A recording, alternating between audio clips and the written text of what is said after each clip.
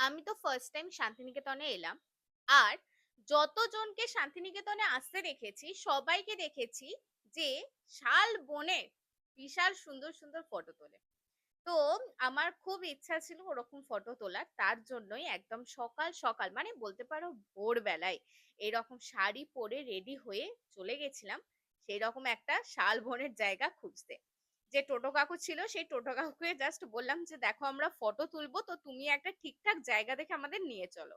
তো বলল যে, "ঠিক আছে বেলা শেষের যেখানে শুটিং হয়েছে তোমাদের তাহলে সেখানেই নিয়ে যাচ্ছি চলো।"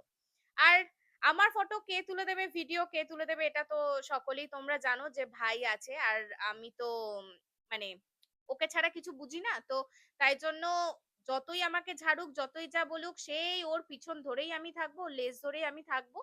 তো ওকে জোর-জার করে ঘুম থেকে তুলে আমি বললাম, "চ পাঞ্জাবি পর তোকেও কটা ফটো তুলে দেবো।" এই লোভ দেখিয়ে আমি ওকেও নিয়ে চলে এসেছি।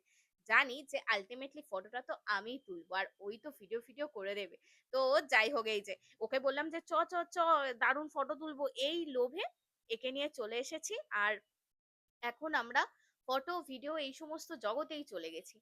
যাই হোক, ওদিকে মা-বাবা হোটেলেই আছে কিন্তু ঘুমাচ্ছে তখন। জাস্ট ভাবো ওরা ঘুমাচ্ছে আর আমরা এখানে এরকম এসে এই সমস্ত কাণ্ডকীর্তি ঘটাচ্ছি। যাই হোক, ওরা পরে উঠে আমাদের খোঁজপাতি না পেয়ে আমাদের ফোন করেছিল। তখন বললাম আমরা এখানে ফটো তুলতে চলে এসেছি। আর এই যে ওরাও তখন আমাদের এখানেই চলে এসেছে। আর এই যে মা এখন ফটো তুলছে।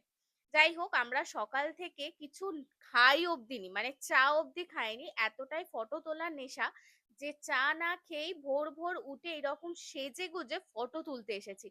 মানে জাস্ট ভাবো যে কতটা নেশা থাকলে, কতটা মানুষ পাগল হলে এইরকম একটা জিনিস করতে পারে।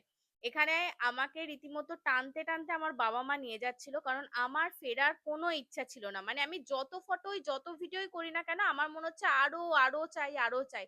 তো যাই হোক আমাকে টেনে এখানে টোটোয় তো তুলে ফেলেছে।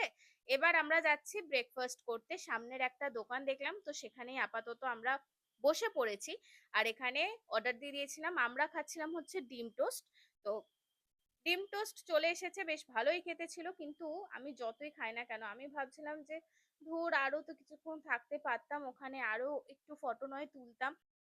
এখানে এখন ভাইয়ের লুচি, ঘুগনি এসব চলে এসেছে। আমি ওর থেকে একটুখানি লুচি ছিঁড়ে ঘুগনি ট্রাই করে দেখলাম। সত্যি বেশ ভালো খেতে। এইখানকার রাস্তার পাশে যে ছোট দোকানগুলো, এই দোকানগুলোয় খাবার খেয়ে দেখলাম সত্যি এখানের খাবারগুলো কিন্তু সত্যিই ভালো। যাই হোক এরপর আমার চা চলে এসেছে, দুধ চা। ব্যাস আমি এটা পেয়ে শান্তি পেয়েছি। যাই হোক আমি চাটা খেতে থাকি আর এই ভিডিওটা এই অবধি রইলো। চলো আবার দেখা হচ্ছে নেক্সট ভিডিওতে। ততক্ষণ